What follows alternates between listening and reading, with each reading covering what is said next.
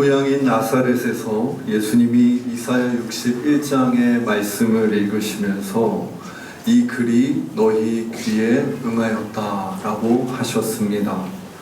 성령님 안에서 포로된 자를 자유롭게 하고 눈먼 자를 다시 보게 하고 갇힌 자를 자유롭게 하는 해방의 삶, 구원의 삶이 나를 통해서 이루어지고 있다라는 그 말 앞에 고향 사람들은 어안이 벙벙합니다.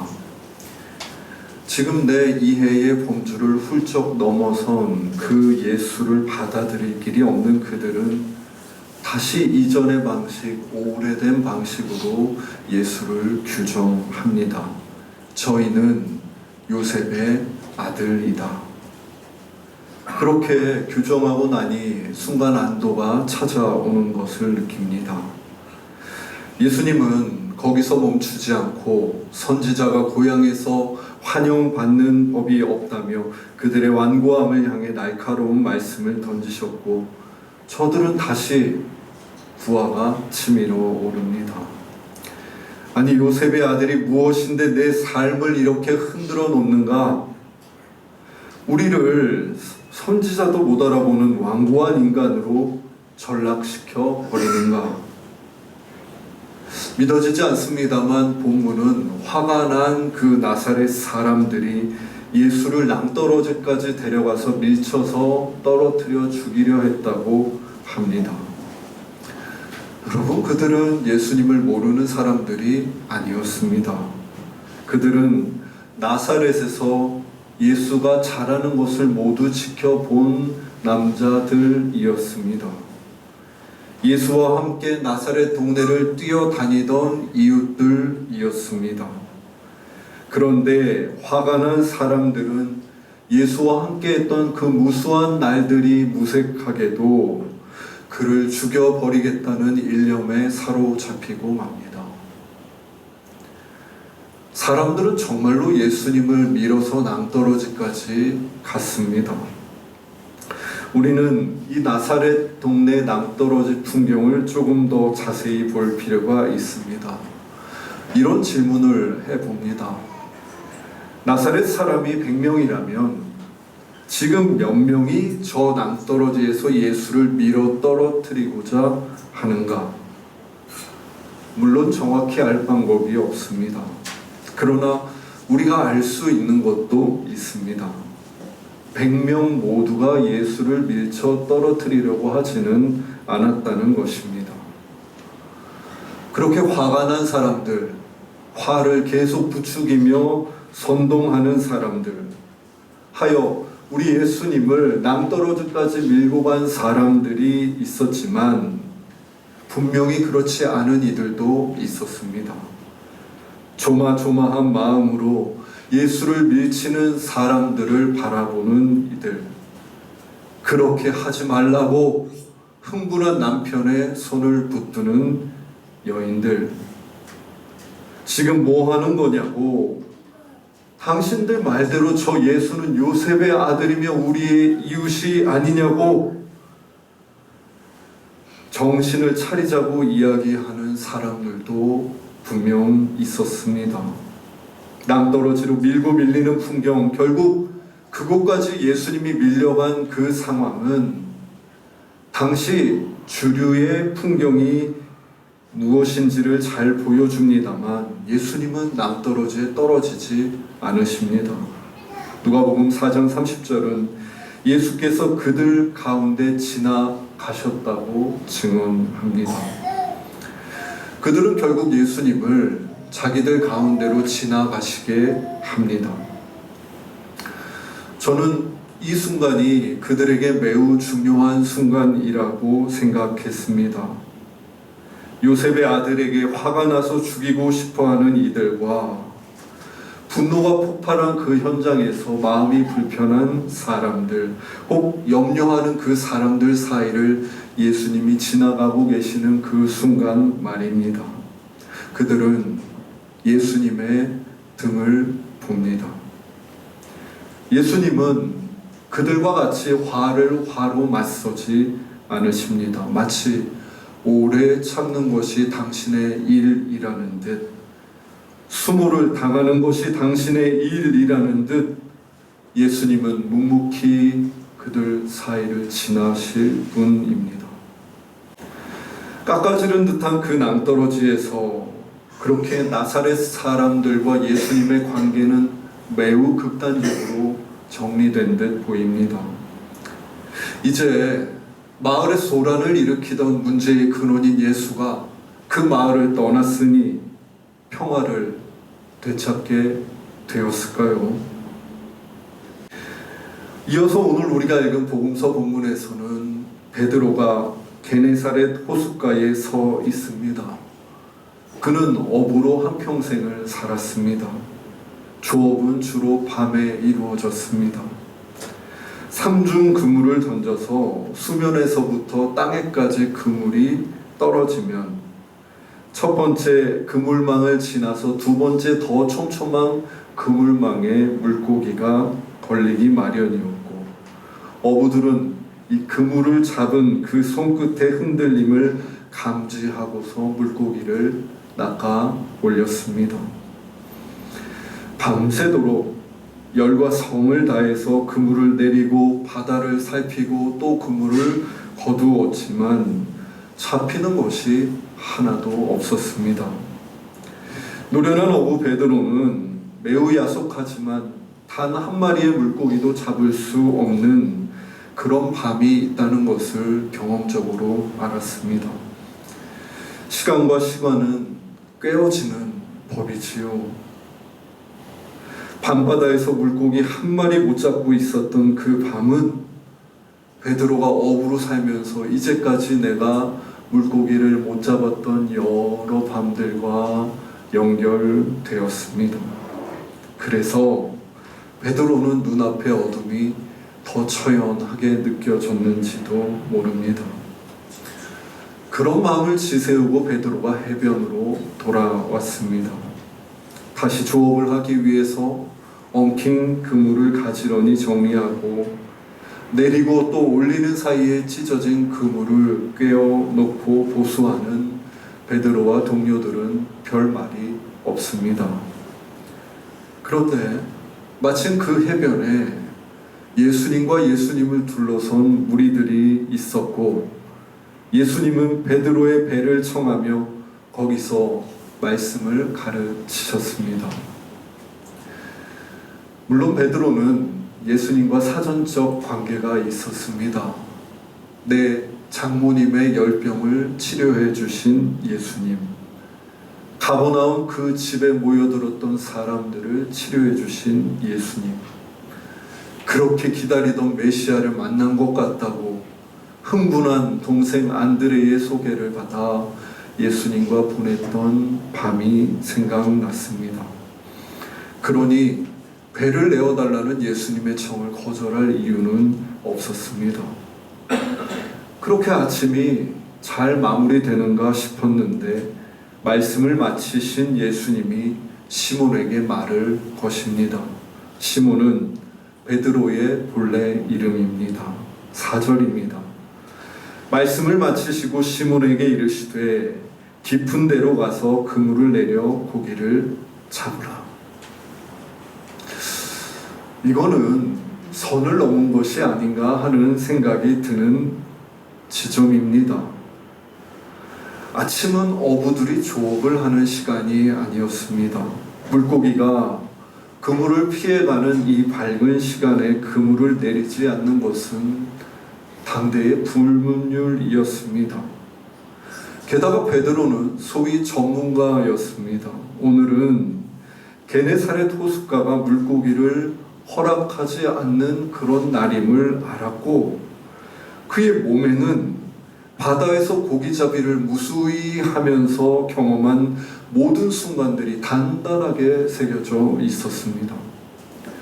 무엇보다 그는 밤샘 조업을 마치고 이제 집으로 돌아가려는 찰나였습니다.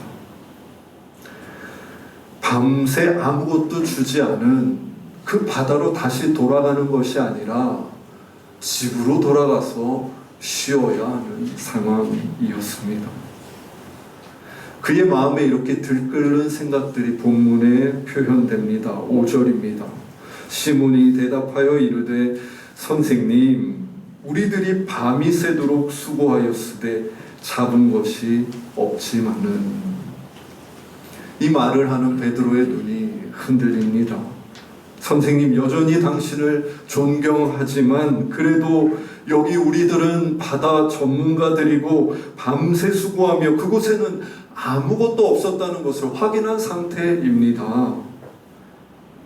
베드로의 마음은 복잡합니다. 마음뿐인가요? 그의 지친 근육들은 베드로를 잡아당기며 바다로 나가서는 안 된다고, 지금 집으로 돌아가야 한다고 말합니다. 그런데 말입니다. 인간은 매우 합리적인 존재가 아닙니다. 이성적인 존재도 아닙니다. 다시 바다로 돌아가 깊은 데로 돌아가 그물을 내려보라는 그 예수님의 말씀이 내 마음과 내 근육들의 거센 저항에도 불구하고 사라지지가 않는 것입니다. 베드로가 다시 배에 올라탑니다. 깊은 데로 배를 저어갑니다. 그는 복잡한 마음으로 힘겹게 자기를 부인하고 있습니다. 배를 타고 가며 자신이 축적한 오래된 경험도 부인하고 있습니다.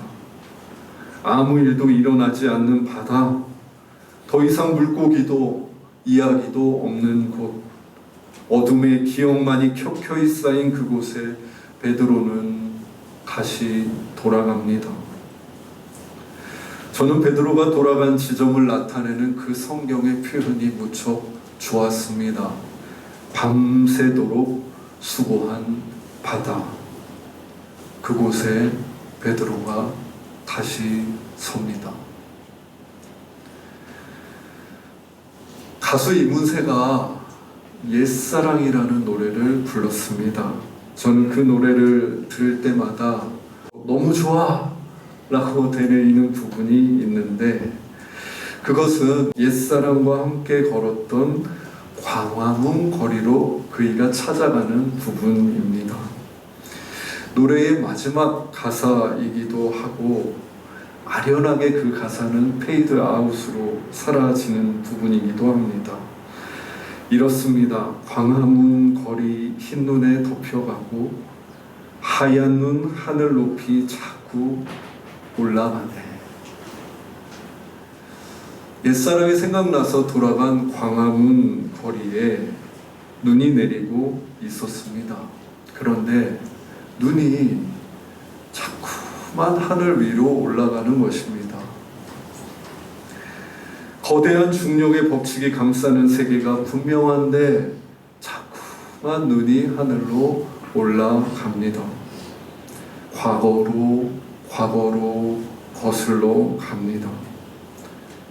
옛사랑, 그와 함께 눈을 맞으며 걸었던 과거를 그는 결국 지금 그곳 광화문 거리에서 다시 봅니다. 그랬더니 이전에 보이지 않았던 그의 표정이 보입니다. 그때 알지 못했던 그의 말이 들립니다. 그때 느끼지 못했던 자신의 감정을 다시 바라보고 흰눈처럼 순수했던 사랑의 풍경을 넋을 놓고 바라봅니다.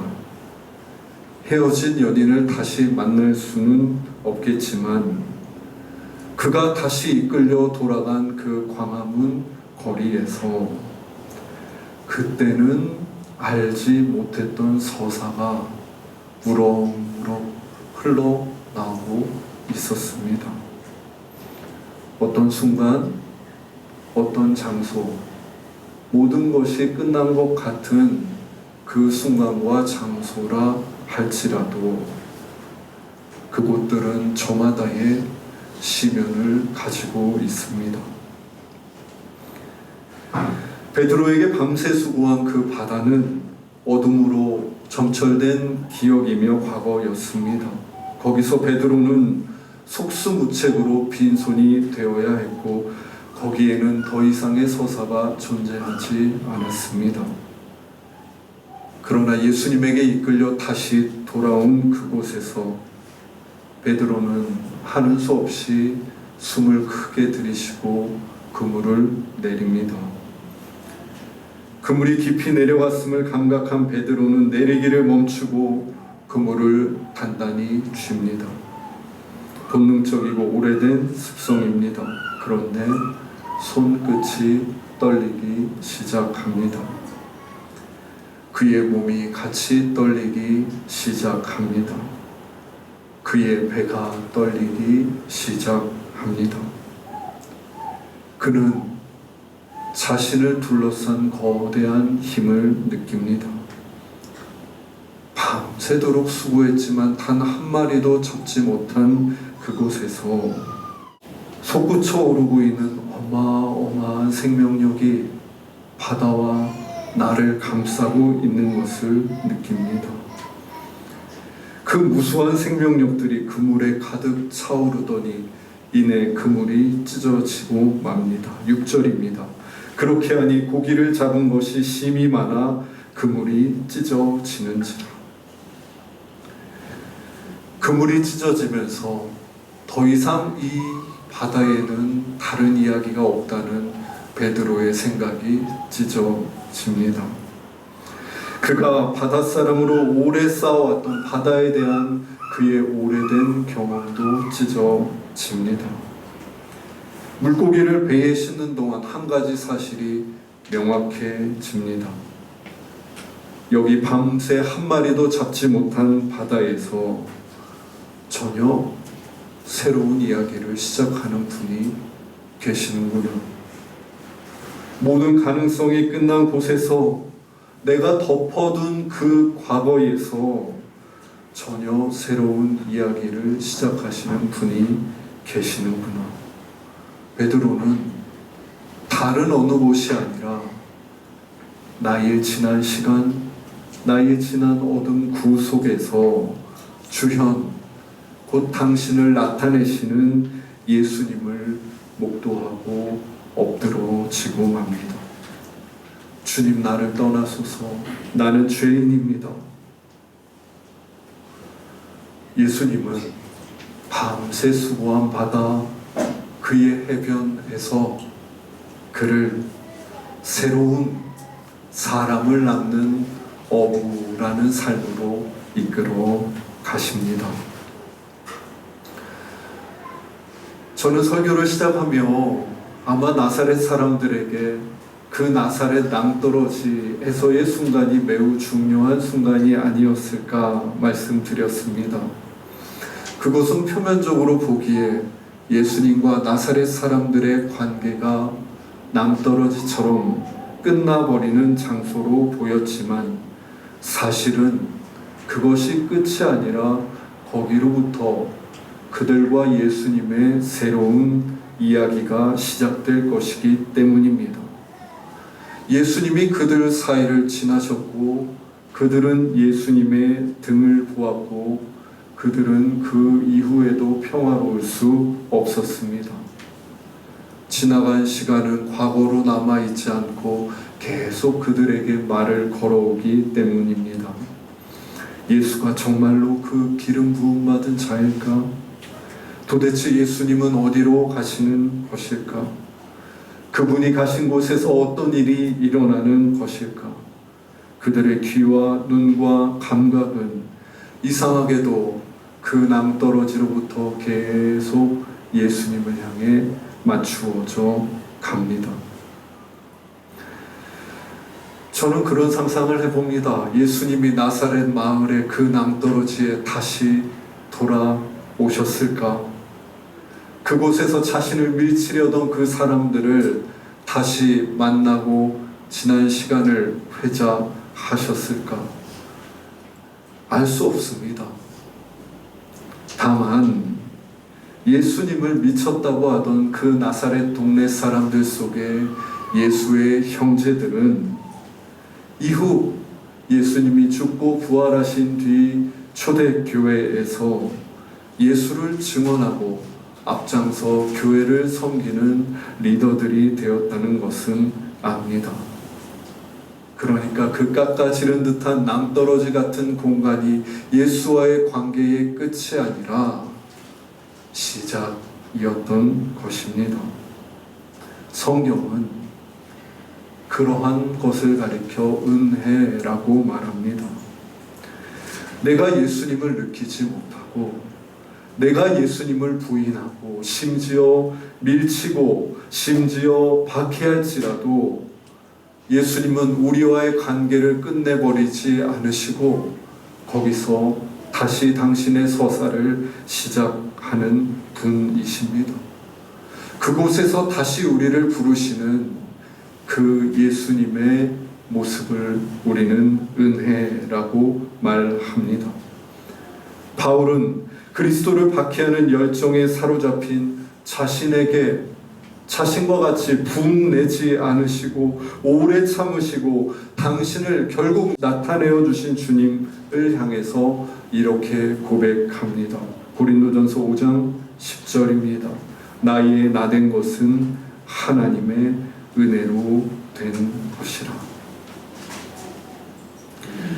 하나님이 사랑하시는 숲가족 여러분, 예수님은 밤새도록 수고한 우리의 바다, 그 어둠과 무의미의 공간에서 우리와 이야기를 시작하시는 분이십니다.